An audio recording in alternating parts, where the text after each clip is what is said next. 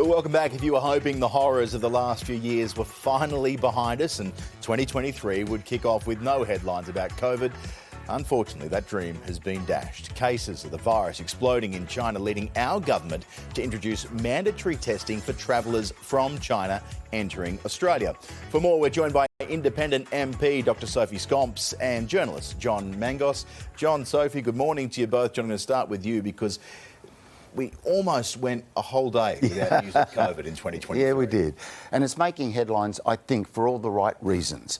The fact of the matter is there's been a spike in China, and we are protecting Australia by making sure those people who get on aeroplanes in China are tested before they come here. Now, it's made front page headlines because it's China, and it's come at a time when our relations with China, which have been frosty, are beginning to thaw.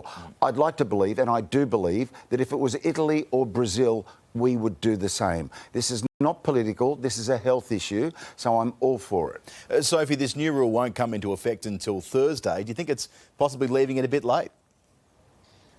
Well, the sooner the better. I agree with John that it's a really sensible measure and one that we are doing to protect the Australian population, yes. And I think we are. We're really happy that we've got tourists coming back into Australia, Chinese coming back into Australia, visiting our country, but we do need to protect the population. So it's a very sensible measure.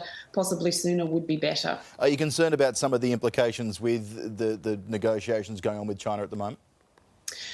Look, it can always be tricky, but no, I think many countries around the world are implementing similar precautions, and I think it is sensible and reasonable, and any country has the right to protect their citizens. So no, I don't think that it's too controversial. All right, we'll move on because Australia could go to a referendum as early as August this year, but certainly this year to officially launch the Yes campaign for an Indigenous voice to Parliament.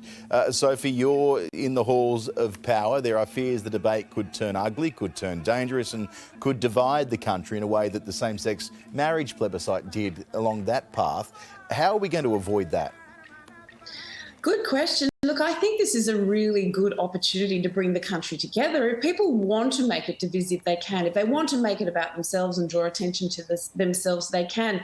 But if people have legitimate questions, which obviously people will have, then the right way to do this is to debate it, to have the conversation. So the legislation hasn't even been introduced yet. It will be introduced apparently around March. It then goes to a parliamentary committee where a lot of those questions can be answered, and then it comes back to Parliament to be debated again. So that's a really constructive way to get those questions answered. But I think it is an opportunity for our country to come together, to move to a modern Australia. I think the country is ready for this. There's polling done to show there's great support around the country. And I look forward to having Andrew G on the independent bench. Apparently he was mates with my brothers. So I look forward to having him on the crossbench. The crossbench grows a little more. John, you've covered these before. Referendums are hard to pass. Yeah, they are. They need bipartisan support, and that's what we need for this one. I say bring the referendum on. I agree with Sophie. I don't agree with those who say this will divide the country. If it's handled properly, it will unite the country. How do we know the issues facing the Aboriginal communities in the far darkest corners? This is an instrument which will have a mechanism where those people will be heard. And I don't buy the stuff that if the panel is 20 or 24 people, they'll only represent their own communities. No, that's not how it's going to work at all. I think bring it on, and I do hope and wish for bipartisan support. And we hope we have more detail, which will make it easier to get there as well. Well, if you've been to the beach lately, you might have noticed that the sandy shores are looking a little different these days. Tents, umbrellas, cabanas, gazebos, everything else under the sun, protecting the sun, are now dominating. The days of simply throwing down a towel and maybe a sandcastle, maybe an umbrella are gone. John, the hottest real estate in the country is now sand. Yeah, it's fantastic. Look, my family, we've got a gazebo and we use it because we are observing, slip, slop, slap and stay out of the sun, don't get burnt. And I think it's fantastic that people tending towards gazebos less than umbrellas because they're safer. And you know what? It might make it a bit squeezier at the beach, but much healthier for everybody. I used to like the days of digging the giant hole for the beach umbrella before you actually got started. Sophie, you have to be wary of a badly pitched tent or winds sending umbrellas flying.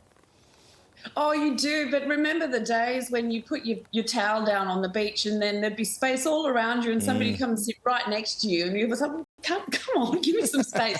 So maybe it's a good way to pin out your space. But I agree, as a GP, we need to be protecting ourselves against skin cancer. It's fantastic. Yeah, that message is really in. I tell you what, Southwest Rocks is one of the beaut places in New South Wales as well, where you are this morning, Sophie. So we appreciate your time, John.